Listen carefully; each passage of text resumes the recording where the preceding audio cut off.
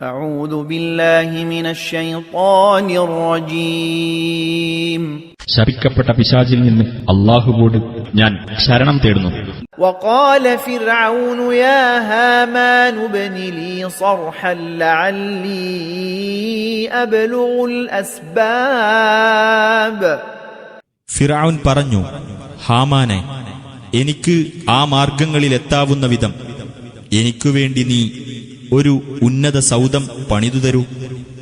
أسباب السماوات فأطلع إلى إله موسى وإني لأظنه كاذبا وكذلك زين لفرعون سوء عمله وصد عن السبيل وما كيد فرعون إلا في تباب.